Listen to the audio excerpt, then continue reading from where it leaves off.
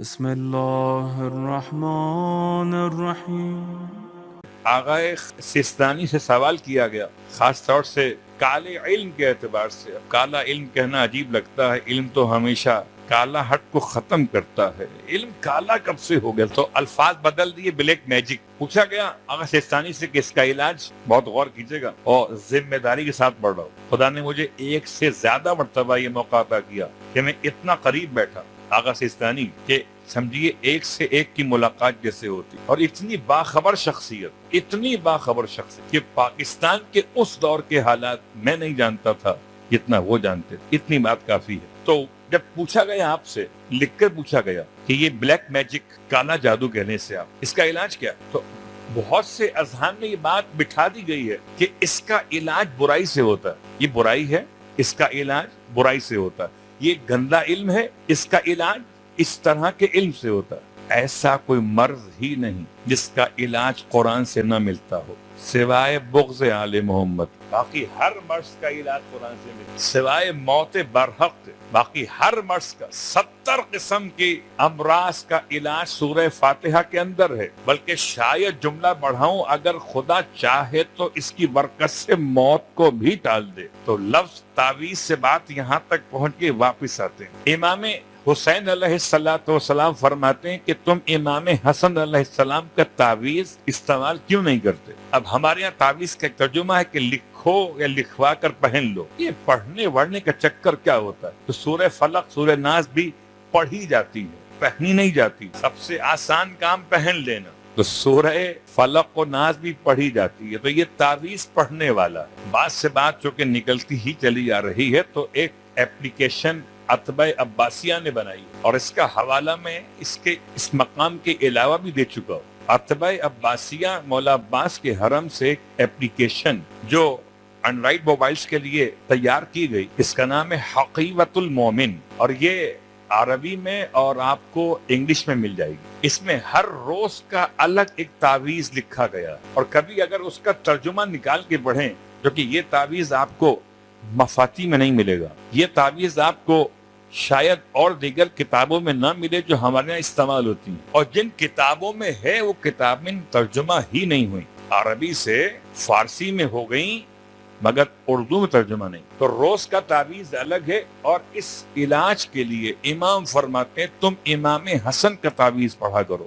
کہتا ہے وہ کیا ہوتا ہے؟ فرمایا کہ سورہ مبارکہ الفتح کی آیت نمبر 1 سے آیت نمبر 7 تک، آیت نمبر 1 سے آیت نمبر 7 تک، یہ 7 آیتیں تمہارے پیروں کے، تمہاری ٹانگوں کے درد کا، بیماری کا علاج۔ یہ میں نے جب پڑھا تو اس کا مجھے اثر خود سفر زیارت پر نجف سے کربلا جانے والے زائرین نے اس کا اتنا عمدہ اثر بتایا کہ جو پڑھ لیتا ہے تو اس کی تکلیفیں ختم، مگر یقین شرط ہے آزمائش نہیں۔ تو بہرحال امام علیہ السلام کے سفر حج کے حوالے سے آپ کے پائے مقدس میں ورم آنے کا عنوان آپ کی خدمت میں پڑھ رہا تھا۔ اپنے عنوان پر آنے سے پہلے یہ بھی عنوان میں شامل ہے، سیرت امام حسن۔ آپ جا رہے، لوگوں نے التماس کی، مولا آپ تو آپ بیٹھ جائیے سواری پر۔ تو بیٹھنے کی لاجک بن گئی نا کہ آپ کے پائے مقدس میں ورم یا چھالے پڑ گئے۔ امام فرماتے نہیں، بیٹھیں گے نہیں۔ آگے ایک منزل آنے والی ہے، اس منزل پر ایک شخص حبشہ کا رہنے والا یا حبشی شخص ہے کہ جو پاؤں میں لگانے کا تیل بیچتا، اس سے تیل دیکھ کے لگا لیں گے ٹھیک ہو جائیں گے۔ عجیب بات ہے، میں حیران ہوں، ابھی تو تعویذ پڑھ رہے تھے، ابھی تیل کی بات کر رہے ہیں۔ اس سیرت معصوم دو الگ انداز سے کیوں ہے؟ سوچئے گا تو آئیے اس کی مثال کو آسان کر دیتا ہوں۔ حضرت موسیٰ اللہ کی پیغمبر، ایک مرتبہ پیٹ میں تکلیف ہوئی، خدا کی بارگاہ میں اپنی تکلیف کی شکایت پیش کی، مالک اس کے علاج کے لیے کیا کروں؟ پروردگار نے آپ پر وہی نازل اور آپ کو اس کا علاج بتا دیا کہ فلاں مقام پہ جائیے، ایک خاص قسم کی ایک جڑی بوٹی ہے، اس کو استعمال کیجئے، آپ کی پیٹ کی تکلیف ختم ہو جائے گی۔ یہ الفاظ میرے ہیں وضاحت کے عنوان میں۔ اللہ کے نبی گئے، اس کو استعمال کیا اور ٹھیک ہو گئے۔ عجیب اتفاق یہ ہوا، کچھ ٹائم کے بعد دوبارہ یہی کیس سامنے آیا، دوبارہ آپ بیمار ہو گئے، اور اب آپ نے چونکہ فرسٹ ٹائم استعمال کر لیا تھا تو وہاں چلے گئے۔ اب جڑی بوٹی استعمال کی بجائے ٹھیک ہونے کے تکلیف بڑھ گئی. پروردگار سے رجوع کیا, مالک یہ کیا ہو گیا؟ خدا کا جواب پہنچا, موسیٰ پہلے ہم سے پوچھ کے گئے تھے, پتا کیا چلا کہ شفا جڑی بوٹی میں نہیں ہے, اذن پروردگار میں ہے.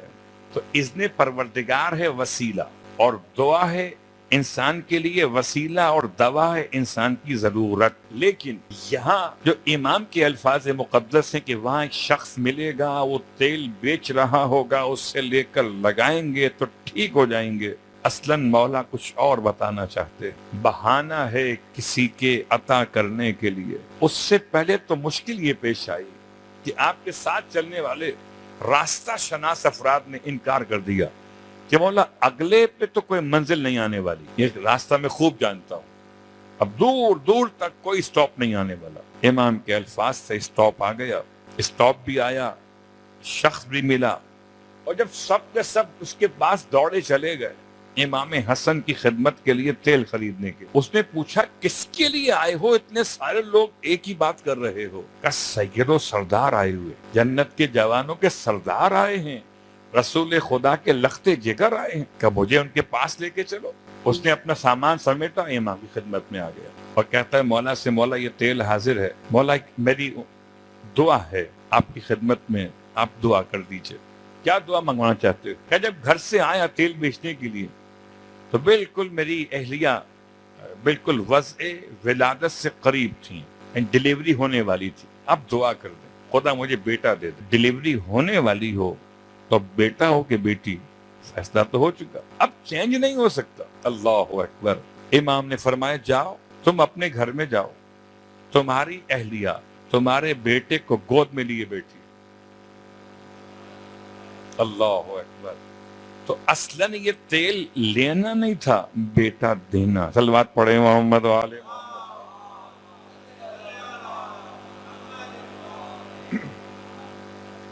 بڑے لیا نہیں کرتے, لینے کے بہانے دیا کرتے ہیں. انسان سمجھتا ہے شاید ہم امام کو دے رہے ہیں, نہیں, امام ہمیں دیتے ہیں. تو یہ لطف و کرم ہے آل محمد کا کہ اس طریقے سے عطا کرتے چلے گئے. اور چونکہ آج تاریخ کے لحاظ سے عنوان ذرا سا اس طرح چلے گا کہ سفر کی 8 تاریخ مدینے سے مولا کائنات علی ابن ابی طالب علیہ السلام کا سفر ہے. میں ایک سفر فرزند امیر المومنین کا پڑھ رہا ہوں, ایک سفر امیر المومنین کا پڑھ رہا ہوں, اور اس کے بعد ایک سفر پڑھوں گا حجر ابن عدی کا, اور اپنے عنوان سے متصل ہو جاؤں گا.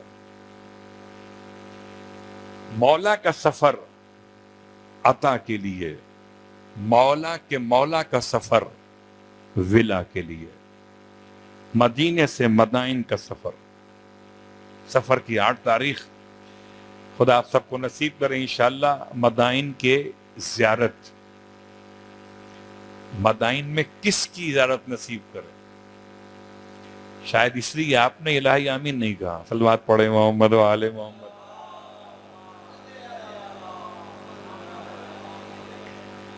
مدائن کے سارے مقامات کا بیان کرنے کا وقت نہیں, خالی آج 8 سفر کی مناسبت سے پڑھ رہا ہوں. حضرت سلمان فارسی, جنہیں پہچانا گیا اس نام سے, اور اب ان کی پہچان سلمان محمدی کے نام سے. تو اللہ کے رسول سے اتنا قریب, آل محمد کے اتنا نزدیک, در سیدہ کے ایسے خدمت گزار, جنت کے جوانوں کے سرداروں کے ساتھ اتنی آپ کی الفت و محبت کہ اللہ کے رسول نے اس محبت کو دیکھتے ہوئے سلمان کو اہل بیت میں شامل کر لیا, اور شامل بھی ایسے میدان میں کیا کہ دونوں طرف کے لوگ حضرت سلمان کے بارے میں آپس میں نزاع کر رہے تھے. بہت غور کیجئے گا, آج صحابہ کی محبت کرنے والے سلمان کو پوچھتے بھی نہیں ہیں. کل صحابہ کا مجمع تھا، ہم تھوڑی تھے کوئی، دونوں طرف صحابہ تھے، ایک انصار صحابہ، ایک مہاجر صحابہ، اور ان دونوں کے درمیان حضرت سلمان کی ذات اس بات کے تنازع کا باعث بنی کہ جب خندق کھودی گئی، غزوہ خندق کہیں، غزوہ احزاب کہیں، تو خندق کھودے جانے میں سلمان تو بہت بوڑھے تھے، اتنے بوڑھے تھے کہ بعض روایات میں آپ 550 سال کی عمر تھی انتقال کے وقت۔ حضرت عیسیٰ کی زیارت کی بچپن میں ایک قول، حضرت عیسیٰ کے حواریین کے ساتھ رہے دوسرا قول، تو 350 سال تو ماننا ہی پڑیں گے، 550 نہ صحیح، ہو سکتا ہے اختلاف میں آپ اس طرف پہنچ جائیں تو کم از کم 350 سال، 350 سال نہ صحیح 100 سال کے تو ہوں گے۔ 100 سال کا بوڑھا شخص زمین کتنی کھود لے گا؟ لیکن دونوں طرف کے لوگوں نے جب خندق کی کھودے جانے کے اعتبار سے ایک مفاخرت پیدا ہوئی کہ کس نے زیادہ کام کیا، تو سلمان اکیلے الگ ہیں، نہ انصار کے ساتھ نہ مہاجرین کے ساتھ۔ سلمان نہ مدینے کے رہنے والے تھے کہ انصار کہلاتے، نہ مکے سے آئے تھے کہ مہاجر کہلاتے۔ تو سلمان کے بارے میں دونوں گروہ میں اختلاف، مہاجرین کہتے تھے صحابہ کہ سلمان ہم میں سے، کہ یہ مدینے کے نہیں ہیں، اور انصار کہتے تھے کہ سلمان ہم میں سے ہیں، کہ یہ مکے سے نہیں آئے۔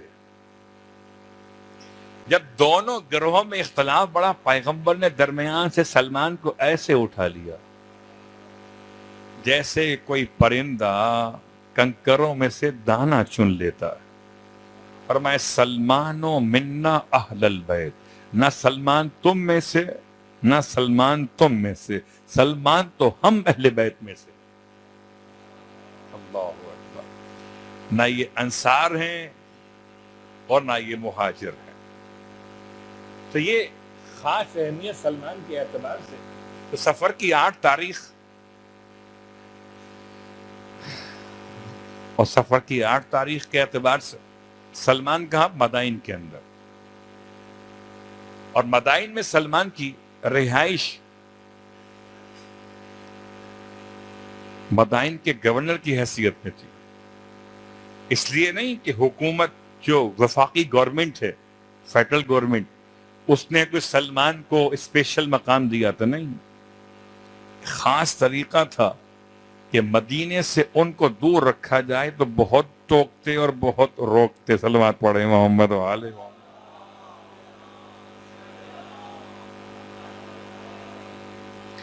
تو مدائن کا علاقہ ہو سکتا ہے شاید کل بھی اشارہ ہم بڑھائیں مدائن کے حوالے سے، مدائن امام حسن کے اعتبار سے وہ الگ پڑھیں گے کہ وہاں کے سیاسی حالات کیا تھے، مختار کے چچا مختار کے والد مختار کا کیا کردار رہا امام حسن کے حوالے سے، وہ الگ موضوع، ہو سکتا ہے اس سال آ سکے۔ تو مدائن میں جناب سلمان کا انتقال ہوا، گئے تھے گورنر بن کر، اب وہ الگ بات ہے کہ آپ پہنچے تو بالکل سیدھے سادے ایک حمار پر، ایک خچر پہ بیٹھ کے گئے تھے، لوٹا ساتھ میں، بستر ساتھ میں، جانماز ساتھ میں، سمجھیے۔ لوگوں نے کہا ایسا گورنر آیا ہے، کتنا چاہو لوٹ مار کرو، یہ کیا پوچھے گا، یہ خالی نمازیں پڑھے گا۔ سلمان اتنے سادہ طبیعت کے، اور ہوا یہی کہ جرائم پیشہ افراد کے حوصلے بڑھ گئے کہ گورنر تو بالکل سیدھا سادہ سا ہے، کچھ نہیں کر سکتا۔ جب چوریاں بڑھنے لگی تو جناب سلمان سے لوگوں نے آگے شکایت کی کہ سلمان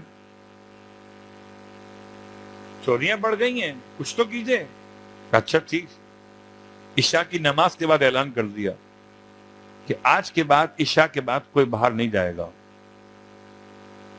اور اگر گیا تو اپنی ذمہ داری پر ہے کہ اب سیکیورٹی سخت ہو جائے گی۔ باہر نکلے، مدائن کے سارے حیوانات جو باہر گلیوں میں گھومتے تھے، جنہیں آپ ڈاگس کہتے ہیں، سارے کلبوں کو جمع کیا، اور سارے کلب جمع کر کے آپ نے فرمایا کہ آج کے بعد سے تم سیکیورٹی کے ذمہ دار ہو۔ اس کا غلام سیکیورٹی کا کام کتوں سے لے لے، اسے کیا ضرورت ہے محکمے بنانی؟ صلوات پڑھے محمد و آل محمد۔ مگر یہ جملہ خطیبانہ ہے، یاد رکھیے گا، ہر ایک سسٹم کے اعتبار سے ضرورت پیش آتی ہے۔ جناب سلمان انتقال کر گئے، اور سلمان دنیا کے واحد انسان جنہوں نے پیغمبر سے پوچھا تھا میری موت کب آئے گی۔ واحد انسان ہے اس دنیا میں، اور اللہ کے رسول نے سلمان کو آپ کی موت کی ڈیٹ اور تاریخ یہ نہیں بتائی، لیکن علامت بتائی تھی کہ سلمان تمہاری موت اس دن قریب ہوگی جب تم اہل قبور کو سلام کرو، اور اہل قبور میں سے کوئی تم کو سلام کا جواب دے دے۔ میں سوچتا ہوں اگر کوئی مسلمان ہوتا تو قبرستان جانا ہی چھوڑ دیتا۔ مسلمان ہونا اور ہے، سلمان ہونا اور ہے۔